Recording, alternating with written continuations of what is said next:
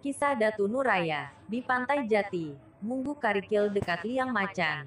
Tetangga desa Tatakan tinggal seorang guru miskin namun sangat dalam dan tinggi ilmu tasawufnya. Beliau adalah Datu Suban. Karena kemiskinan beliau dan istri hanya makan singkong setiap harinya.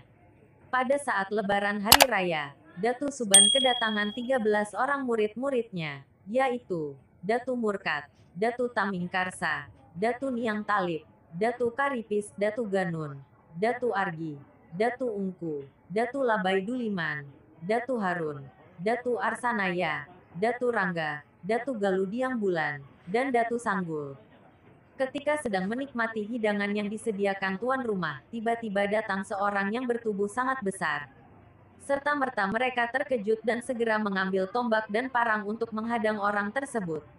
Assalamualaikum warahmatullahi wabarakatuh, kata orang besar, sambil mendekat. Waalaikumsalam warahmatullahi wabarakatuh, jawab para datu.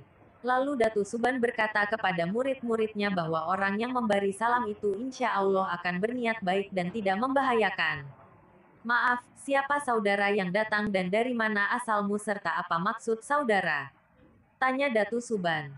Si raksasa hanya menjawab dengan ucapan la ilaha illallah.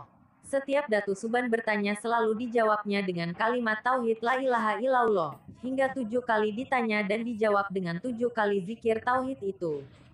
Setelah 7 kali zikir tersebut, tiba-tiba raksasa itu ambruk. Lalu para datu menghampiri dan memeriksanya. Ternyata orang besar itu telah meninggal dunia. Serempak mereka berujar innalillahi wa inna ilaihi rajiun.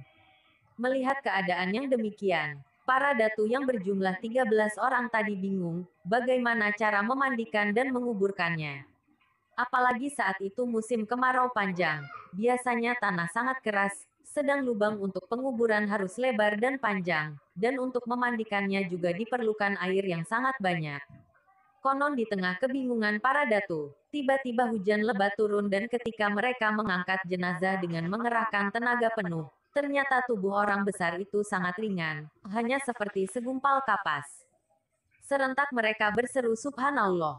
Sebelum mereka mewaradunya, membersihkan mayat itu, Datu Suban menemukan sebuah tas selempang dari dalam pakaiannya. Setelah membukanya ternyata terdapat sebuah kitab yang akhirnya terkenal dengan sebutan Kitab Barencong.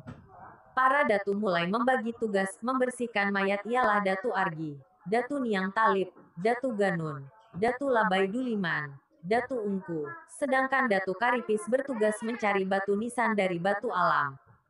Sedang yang lain membuat lubang kubur di Gunung Munggu Karikil dekat Munggu Tayu. Konon lubang yang digali tidak cukup untuk mengubur jenazah itu. Terpaksa kakinya harus dilipat sehingga tubuhnya seperti huruf Hamzah. Pada hari ketujuh setelah meninggalnya raksasa itu, Datu Suban membuka kitab yang ditemukan pada jenazah tersebut di hadapan 13 muridnya sambil mengucap basmalah. Ternyata berisi bermacam-macam khasiat ilmu dunia dan akhirat. Akhirnya orang besar, raksasa tersebut diberi nama Nur Raya, karena dia datang pada hari raya dan wafat pada hari itu juga dan sesuai dengan badannya yang raya. Nur Raya berarti pembawa cahaya yang sangat luas seperti raya. Dengan panjang kuburnya kurang lebih 60 meter. Dengan kaki dilipat, kalau tidak dilipat mungkin bisa sampai 100 meter, dan lebar kurang lebih 6 meter. Setelah para datu meninggal, tidak ada yang mengetahui di mana letak makam Datu Nuraya. Namun beberapa tahun kemudian penduduk Munggu Tayu, Tatakan, ketika malam hari sering melihat cahaya yang memancar dari tanah di sekitar benteng Munggu Tayu naik ke atas langit.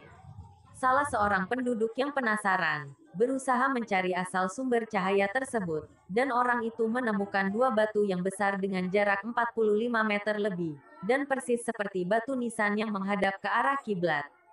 Penduduk tersebut bernama Baseran yang bergelar utuh Karikit. Sekian kisah.